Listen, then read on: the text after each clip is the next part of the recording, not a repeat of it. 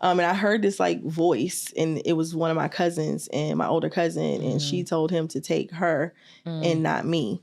And I remember my grandmother had bought this tent. He's like, yeah, you can go. He opens up his coat and he has like this long, it's like a sawed off shotgun type looking thing. Okay. It was inside his coat. And he said, but I have this. I can't go.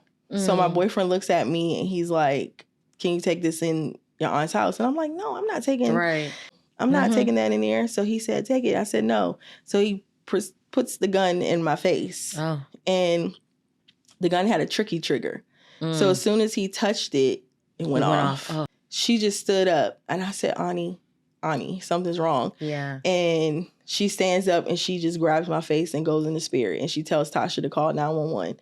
But instantly when she went in the spirit, the blood just stopped. Yeah. So in the spirit, she's praying for you, praying right? for me. Yeah. And she goes into tongues and she's praying and she's confessing healing and the blood to stop and everything. That's right.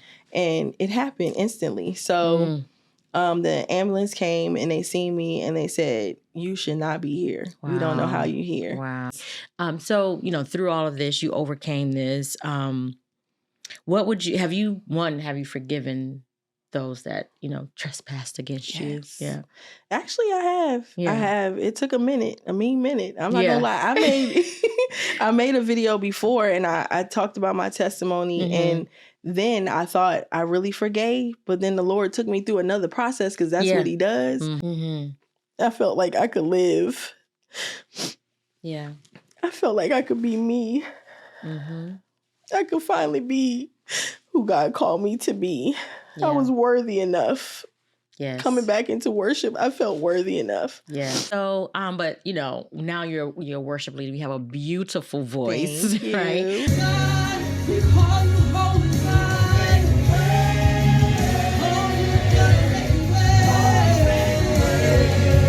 We sing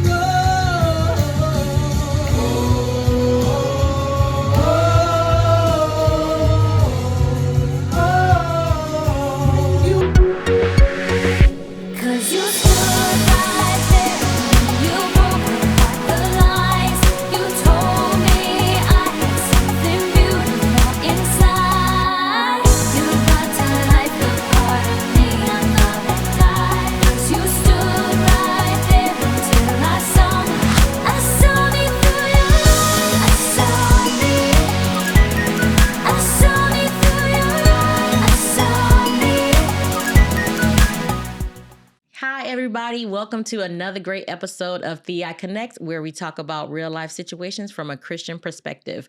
We've been sharing testimonies of healing and overcoming and on divine calling. And today we have a guest, a woman whose journey is a testament to God's commitment to us, Minister Kisha Brown. Hey. Welcome. Hey, girl. How are you? I'm good. Good. Thanks for having me. Yeah, absolutely. So tell us about you. Introduce us to Minister Kisha Brown. I am a minister at THEi International.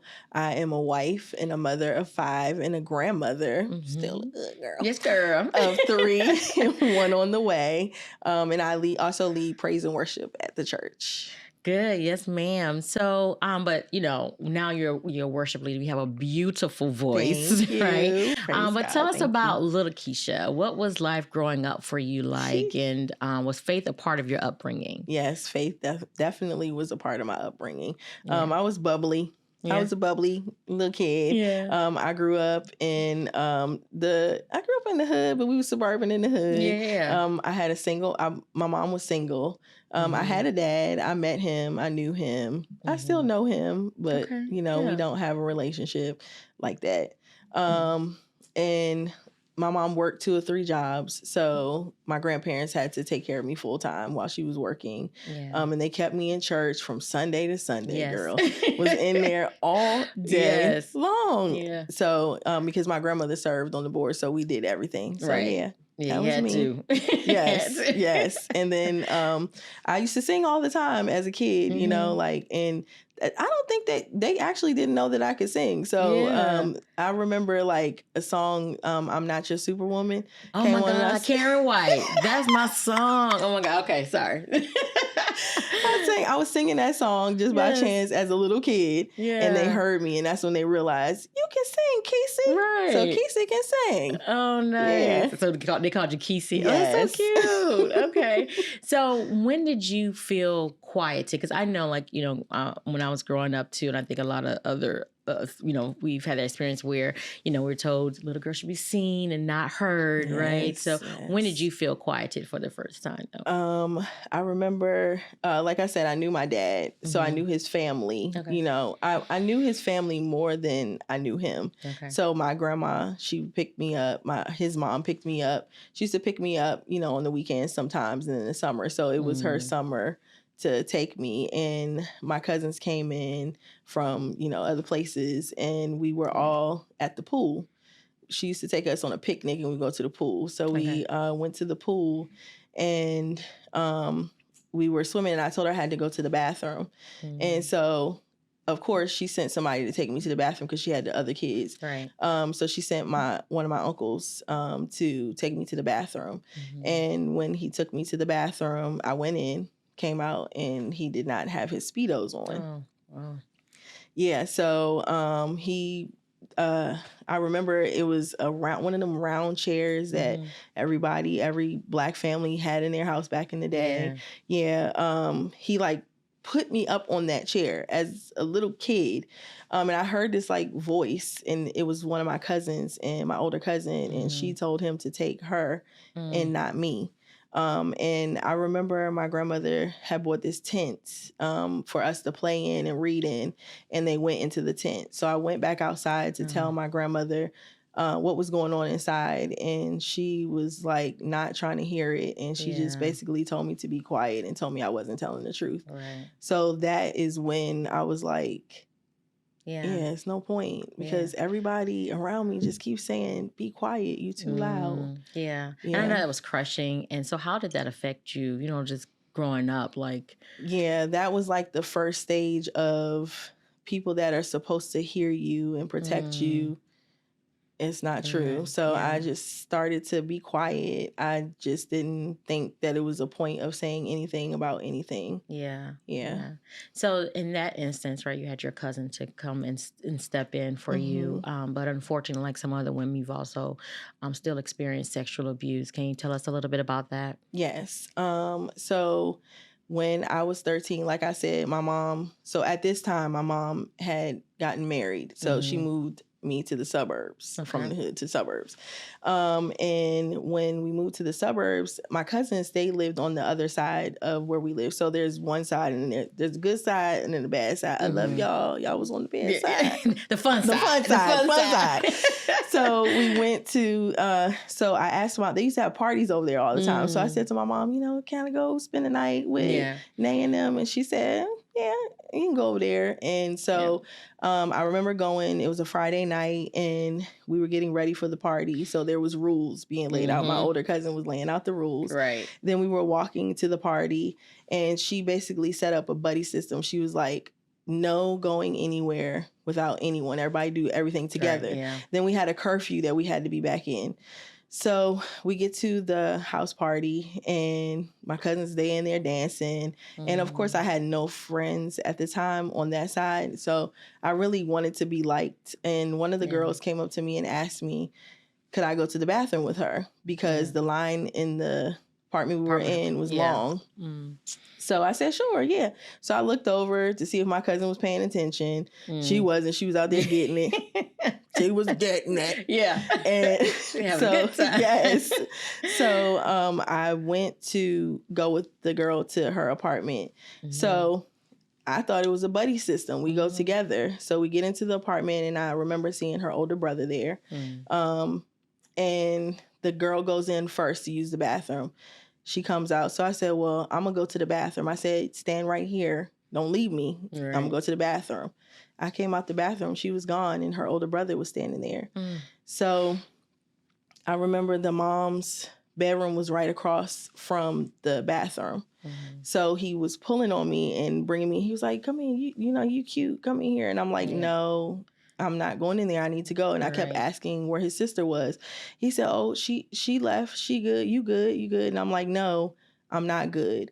So he kept on trying to get me to touch him in the wrong places that I wasn't supposed to, and kissing on my neck and things like that. And I remember the window, the mom had like a big window, and you can look out and you can see right into the dining area where everybody was dancing.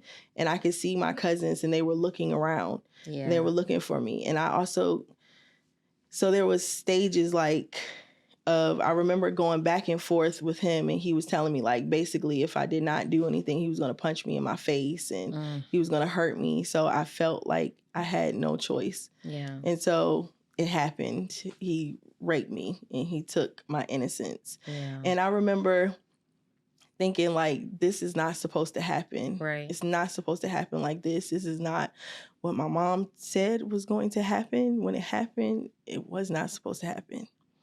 So I remember looking out the window, and I could see my cousin saying like, "Where's Kisha?" Yeah, you see her through the window looking for you. Looking for me. And when he got done, he spit. He did like the most nastiest spit and told me to get out. So he told me to get out, and I left. And as I'm walking home, I'm just talking to God, because I'm like, where are you? Yeah. Where were you? I made a vow that this was supposed to be and with my husband. Yeah. Like, why did this happen? And then I'm also preparing myself, because how am I going to tell anybody? Is anybody going to believe me? So I get to my aunt's house, and I open the door, and I see them, and I'm like, good, I'm safe. Yeah. And my mom looks at me, and she's just like, where you been? Out there being hot in the butt. And just everything I was like, what's the point? Yeah. There's no point. And I go into the room where my cousins are, and they all in there, smiling. My cousin's like, where'd you go? We had a buddy system. And I was saying it in my head, but it couldn't get it out my mouth. Yeah. And then I remember going home that night and like going through it. And when I went back to visit again, my cousins, apparently he spread the rumor that we actually, it was consensual. Yeah. Yeah. And so she said, was this true? And I just went with it, because it was like, no point. Yeah. Nobody's going to believe me. Yeah. So once again, you felt as though, there's no point in telling the truth and coming forward, right? And I think, unfortunately, a lot of women that have experienced that, right, they feel shame and guilt. Yeah. Right? So they're quiet. Did you see the person after the situation, or? Yeah, I seen him, and he just would have this like smirk and this. I was terrified of him. Yeah, I was terrified, and then he was known as the legend. Like he was one of the crew. He was the big dog around there. Like, even though he wasn't that big, he was the big dog. Yeah. And because of his name, it held weight in the hood. So it was like no point of me saying nothing, because nobody's gonna believe me. Yeah, and that's unfortunate. So moving forward, with your family, right, growing up, what was your life like? So I got in the process of that, like growing up with them, it was good, It wasn't always like peaches and cream, you know what I'm saying? Yeah. But I was always silenced and quieted a lot. Everything, I was just always too loud to them. Yeah. That was their favorite thing to say. Yeah. Yeah. Just too loud. Here she come with all that noise. Yeah. So you're living with your mom and your stepfather? Yeah. Okay. Yeah. So let me fast forward. So when I was 14, I remember we were younger. Every time when we were younger, my stepdad would have Fridays off, Friday evenings, because he was always on call. Yeah. And we would have pizza night and movie night. So the one Friday night, I wanted to go out with my cousin again, the cousin situation. And I had to go home and ask my mom. Okay. And so I said, can I go to the movies? Yeah. She said, no, we're going to do Blockbusters tonight. You can pick out your own movie. Your favorite Blockbusters. Yeah. Well, we used to rent DVDs, okay? It wasn't no streaming. No, we had to go to Blockbuster and rent it before Redbox, all of that. Right. You had to go to Blockbuster and pick out a big VHS. And it was, that thing was huge. Right. I wanted to go out because I had a boyfriend. I had just met my boyfriend. So I wanted to go out with him. And I begged her, please, can we go out? Yeah. And so, in that household, would they say go? But she shook that night. She let me go. Okay. So we go, me and my cousin go, and I knew we had to get past my aunt. That was the one we really had to get past. Okay. So we get on the bus and go to the other side, to the fun side. Yeah. And in the process of that, we go into the house and ask my aunt, can my cousin Tasha go? And she's like, no, she's going to revival. And I'm like, revival? A church? Yes, church. I'm like, well, I'm not going to revival because my mom said that I can go to the movies with my boyfriend. Yeah. So she said, well, you go to the movies with your boyfriend. Your cousin's going to revival. My cousin was like, help. Right. So I go out to meet my boyfriend, and he's standing there and his cousin's with us. We about to get on the bus, and the cousin's like, where y'all going? We said to the movies. So the cousin asked, could he go? So he's like, yeah, you can go. He opens up his coat and he has like this long, it's like a sawed-off shotgun type looking thing. Okay. It was inside his coat. And he said, but I have this. I can't go. So my boyfriend looks at me and he's like, can you take this in your aunt's house? And I'm like, no, I'm not taking. Right. And mind you, my cousin Tasha always wanted to be with me because he was abusive as well. Oh. So, yeah. So she knew that something was going to be up. So when I seen that, I said, this is why I can't be with you by myself. So I said, no, I'm not taking it in the house. It was two reasons. One, because my aunt was an elder and she heard from the Lord. Right. So I wasn't walking in there with that gun, and she knew that I was going to have it automatically. And then two, I had a little cousin. Mm-hmm. He loved to play maintenance man. He would always have the keys and little boots. So he was always walking around the house looking for things and touching things. Yeah. So I didn't want him to go in and find that and then shoot himself. They would never forgive me. So that's the thoughts. So I said, no, I'm not taking that in there. So he said, take it. I said, no. So he puts the gun in my face. Oh. And the gun had a tricky trigger. So as soon as he touched it, it went off. Oh. And I had this white jacket on, and that's when the body cons first came out, the long one, and the case You were cute. And I heard the sound. Well, I didn't hear the sound. I just knew something happened because the way that they were looking. So I'm looking, I'm like, what's wrong with y'all? Yeah. And I just feel the warmth in my face. And then I look down and there's blood. And I run off the basketball court and I run to my aunt's house. When I run to my aunt's house, I open the door and my cousin's standing there and she just goes into shock.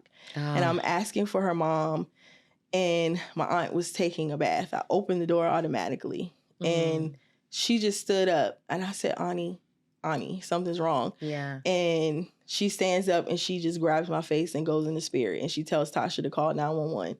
But instantly, when she went in the spirit, the blood just stopped. Yeah. So in the spirit, she's praying for you, right? She's praying for me. Yeah. And she goes into tongues and she's praying and she's confessing healing and the blood to stop and everything. That's right. Yeah. And it happened instantly. So the ambulance came and they seen me and they said, you should not be here. Wow. We don't know how you're here. Wow. And my mom and them were at Blockbusters. They couldn't be found. My grandfather came in and he seen me and he just was like, Kesey, I'm so sorry. So, yeah, we had a strict dynamic at home, and it was, family time. But at that time, I just wanted to go out. You just wanted to be outside. But God had a calling on your life, right? And he saved you from that situation. But, growing up, right, moving forward, your mom, she separated from your stepfather, I believe. Yeah. So how did that change? It shifted big time. Yeah. My mom, she was a stay-at-home wife, and she took care of us real good, and the house stayed clean and everything. And it was like a total shift. And I think that was the shock for her, So when she left my stepfather, we didn't have anywhere to go. We went to my aunt, and she had a full house. Okay. One of my aunts. But she said that I could stay in my baby. At the time, I had my first child. Okay. I was 15. And she said that we could stay in there, but all of us couldn't stay. Right. So my mom would sleep in the car outside of the window. And she would tell me, I'm going to turn the light on to let you know that I'm safe. Yeah. And that's how it started. Yeah. And then she ended up getting an apartment, and we went to live in the apartment, and everything was good. And then the apartment caught on fire. So when that happened, we was homeless again. And that's when I was separated from my mom, because we couldn't always be together. Right. And you're a young mother at this time, right? Yes. So I imagine that was hard for you, Oh, it was hard. you know, going from, you know, different places and also being separated from your mom. Yeah. Right. Yeah. So, you know, as a young mother, and you were in a relationship with your kid's father, what was that like? You know, I have 2 baby daddies. Okay. So the first one, he was cool, but I was just there. Like I was just a body. Yeah. So he ain't really, and I was real cute. And he was funny I looking. know you were. I was cute. And he was funny looking. That's what you do. You dumb yourself down. Yeah. So, but you know what you got. Yes, he was cool, but he never wanted to be seen with me. And every time I would talk to him, even when I was sing and worship when I was young, he would be like, "Could you please?" So then I met my second baby daddy, and meeting him was just something. Yeah. And he was not a fun guy at all. Yeah, so yeah. Yeah. So when you say he was not a fun guy, what was that like? He was very abusive and controlling, and he was a narcissist, very bad. And when I would worship or sing or anything or just try to talk, it was a fight. Everything was a fight. How to take care of the kids was a fight. So by this time, I'm just like, what's the point? Right. Everything was always, what's the point? Yeah. Yeah. But at some point, right, you heard God, right? You heard him calling you to something else, right? To something greater. Yes. Right. How did you go from that to getting your voice back? So I went through a custody battle with my second baby daddy, kid's father. Yeah. It was just so much going through with him, like always having to fight. That's where I got my hands. I felt like Miss Sophia. Yeah. And all my life I've had to fight. And I would hear God. Yeah. You know, I would hear God, but then it was like I would tuck him away because it's like I'm going through all of this. You're not really. Your situation was louder than the voice of God. Yeah. Yes, it was. And I was telling him like the household the dynamic wasn't right. Yeah. And I kept telling him that. And like we needed more. We needed money. I needed him to help me. And we were supposed to be married. I was a church kid. I knew that. And I was expressing that to him. And he didn't like that. It wasn't, he wanted to still be able to do what he wanted to do when he wanted to do it. And not help me. So I was pregnant with my 5th child. And I remember writing the letter. And I was like, I wrote him a little note. I asked my mom to come over and babysit. And she came over and I said, can you watch him until he gets home? So I wrote him a note and I said, hey, I'm going to go to my cousin's house and just get some rest. Yeah. I'll be back tomorrow. Can you watch the kids? And he took that as he was offended by that. So he took the note and he took the 2 children and he left. And I came back. My mom called me and let me know that he was gone. But at the time, I didn't think anything of it. Yeah. I came back home and he had disappeared. So I knew then that I had to file for custody of my kids. I wasn't doing it to be offensive. I was just doing it to work together to make it a peaceful separation. And he didn't like that either. So through that process, I'm filing for full custody, joint custody. Yeah. And he's filing for full custody. So we going back and forth. And in the process of that, I'm still saying, God, where are you? Yeah. So I remember the last time I went to court with him and I just said, you know, God, like, I don't hear you. But then I started to hear the Holy Spirit sing a song to me. Yeah. He began to sing a song to me. And as he sung the song, he said, I want you to not say anything when you go in here. Just listen and watch. So I went into the courtroom and I seen that the judge turned the tables and said, and it was nothing but God. And he was saying, like, who do you think you are? Like, to be able to take children from a woman, like, you're not. And he said to them, you're not God. You can't do that. And so I seen everything operate in there. And that's when I knew that God was listening and he was louder than my situation. My situation was louder than him. Yes. Yeah. Oh my God. So you said your kid's father that he got remarried. Yes, he did. Yeah.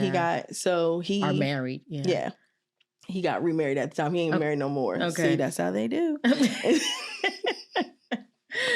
know this is a church podcast, but so in the process of that, fighting for custody with my kids, he when he took the kids at the time when he had that note, he was with another woman, and that woman became his wife.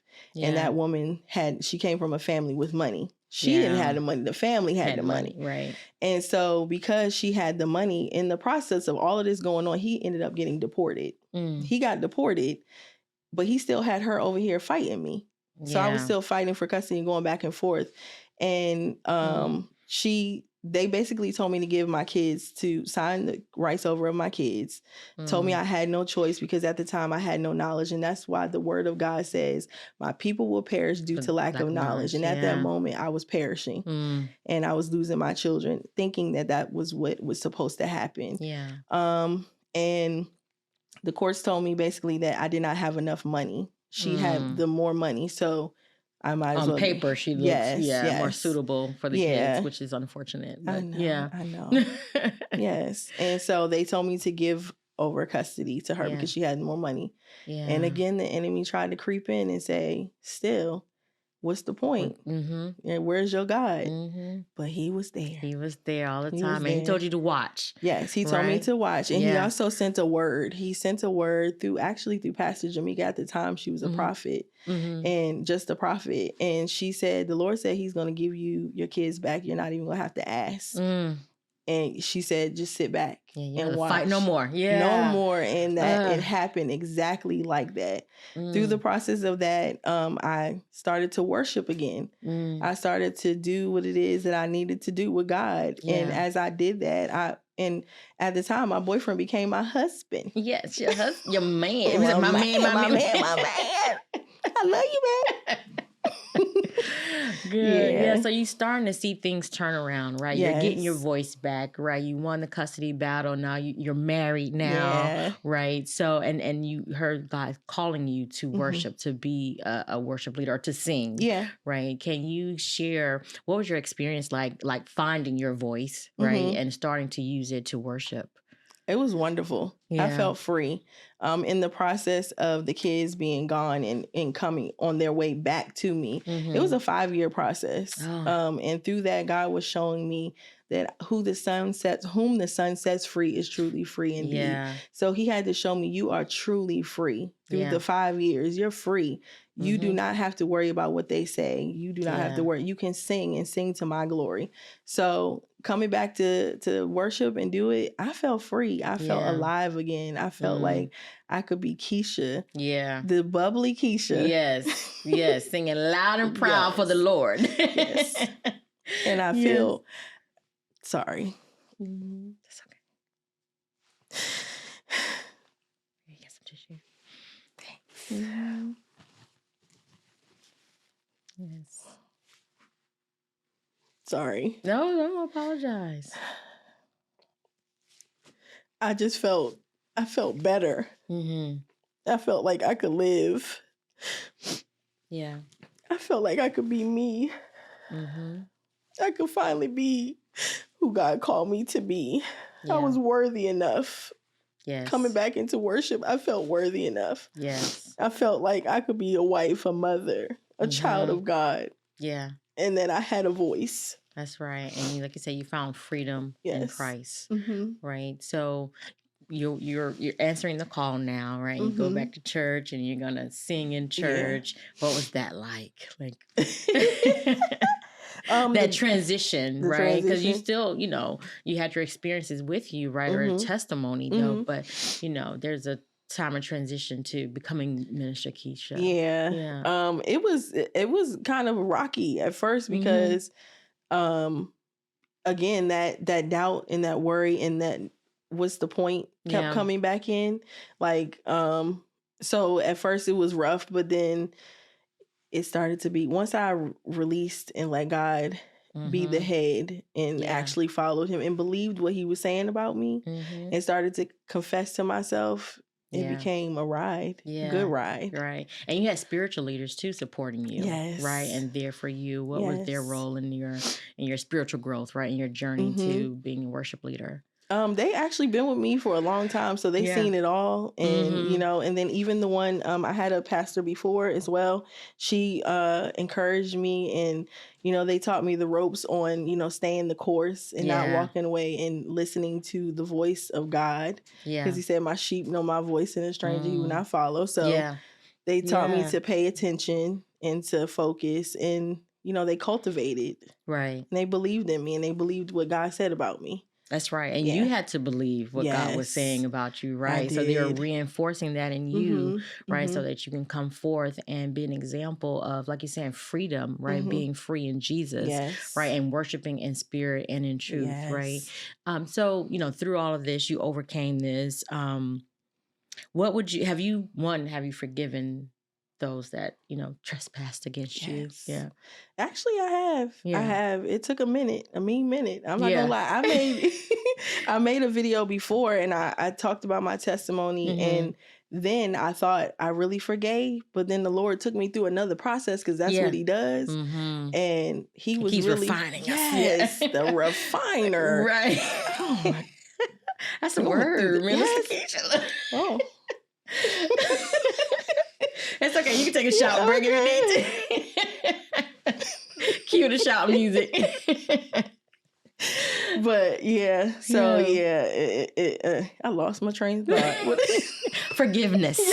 Yes, Lord. Because we know forgiveness is not so much about the person, right? It's for us, right? It's freedom for us to forgive those, right? Because Christ forgave us, right? And forgiving us. So, right, you found that you can truly forgive. Yeah. Yes, I can. Because I remember when even if I heard, like I said, one was a legend, and then one was even like known in the hood and all the things. And even my family member, I was like, I didn't even want to go around my family anymore. And I still have that issue, but I forgive. Yeah. And God is still working on me. It's just like, but I forgive. Now I can hear the name and not get irritated. I can see things on the internet and not get irritated or aggravated. So I'm good. Yeah. Because that's healing. That's part of your healing, right? And you know what God has done for you to deliver you to this point. Yes. So if you were to talk to little Kisha, I wanted to say it right. Yes. What would you tell her? That you are worthy, and that you're good enough, and that you can be loud. Just be loud. Be loud, girl. Be loud. Be loud and proud. Sing, sing, sing, sing. Don't be ashamed. No matter what happens to you, no matter what happened, God is still there. He's still on the throne, and you can still speak and say it. Say it with your chest, girl. Yes, say it with your chest. Walk in it, and you're good enough. Oh, that's so good. Yeah. Okay. So I got 3 questions for you. Okay. 3 rapid fire questions, and we're going to go. Okay. One Bible verse that carried you through your journey. Romans 8:35. Yeah. Yes. Yeah. Want me to read it? Yeah, sure. got you got your handy Bible. Got my Bible. It says, "Who shall separate us from the love of Christ? Shall tribulation or distress or persecution or famine or nakedness or danger or sword?" And so that kept me, because nothing shall separate me, because through all of that, I felt like He wasn't there. I felt separated. I felt lost. And I didn't understand if He was big and if He loved me, why was it happening? But it tells me in here, nothing can separate me. That's beautiful. And what it says, what greater love is this than a man to lay down his life for his friend? Yeah. He was my friend. Yeah. He laid down his life for me. Yeah. And I just, even though I went through that, He taught me that, when I lost my kids, I'm sitting there thinking, I'm like, I know you asking questions, but I can talk. Go do it. Yeah, do so your thing, I remember. Come on. I remember Him saying to me in the process of with my the custody battle with my kids, He said, "I lost a child. I know this life. I had to give up my son." And because I used to be like, "Where are you? Why would you let this happen?" And He was like, "I know what you feel like. I know. Yeah. But I'm with you through it all." And He let me know, I love you. Yeah. What greater love than this? And then He let me know nothing can separate me from you. I'm still here. Oh, so He's good like that. He's so good. He's good like He's that. Good. I know love that Him. He knows what you're feeling. Yes. Oh my God. Second question. What is your favorite worship song right now? Nothing Else Matters by All Nations. It's about 5 years old, but I love it. That's okay. Yeah. And the third song is if you for someone who is experiencing some of the things that you may have gone through, or just in a dark place, right, where they feel quieted, what would you share with them? I would tell them to speak, talk. God hears you. God sees all. The enemy tries to shut you up. He tries to take your voice. Be encouraged. Be encouraged in God. And, just be encouraged as a man or woman. Be encouraged because your voice matters. And that's what the enemy's job is. He is to make you, to quiet you, to make you feel less than. So keep pushing and you are heard. And I am praying for you. Yeah, I love that. Thank you so Of course, much thank you. for sharing your story and being vulnerable. And I know it's going to be a blessing to somebody or I pray so. somebody's, I pray right? so. So, if this story has resonated with you, or you feel that someone else has see this story, please share it. And also be sure to like and subscribe to THEi Connect. And until next time, be blessed.